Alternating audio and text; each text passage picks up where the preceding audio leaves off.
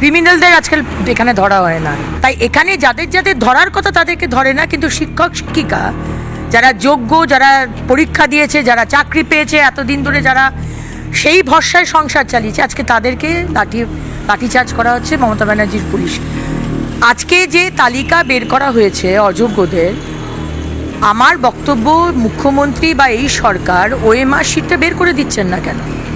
যে OMR শিটকে CBI ধরেছিল সেই ওএমআর শিটকে বের করে দিন, তাহলে সেখানেই প্রমাণ হয়ে যাবে কারা কারা যোগ্য আর কারা কারা অযোগ্য। মানে পুলিশের জোরে আপনি যে অত্যাচারটা করছেন সেটা কি ঠিক করছেন মমতা ব্যানার্জি? তার জবাব আর তার পানিশমেন্ট, শাস্তি তো আপনাকে পেতেই হবে।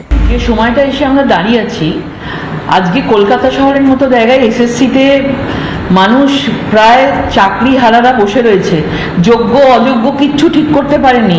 তার বাড়ির সামনে বিক্ষোভ চলছে প্রায় 4 দিন ধরে এবং কোনো রকম সমাধান সূত্র করতে পারেনি। এই পরিপ্রেক্ষিতে দাঁড়িয়ে তিনি যাচ্ছেন জগন্নাথ মন্দিরের উদ্বোধন করতে। বাংলার পুলিশ নেই, বাংলার পুলিশের ইউনিফর্ম পরে তৃণমূলের ক্যাডার হয়ে গেছে। পার্থ করে চুরি আর ব্রাত্য দেয় ঢপ, এই নিয়ে ঢপের চপ একটা সরকার চলছে, এটা বলছেন এই বাংলায় যারা শিক্ষকতা করতেন, যারা যোগ্য কি অযোগ্য তারা নিজেরাই জানে না, যারা টাকা দিয়ে চাকরি পেয়েছিলেন তাদের জন্য আজ তাদের রাস্তায় বসে থাকতে হচ্ছে।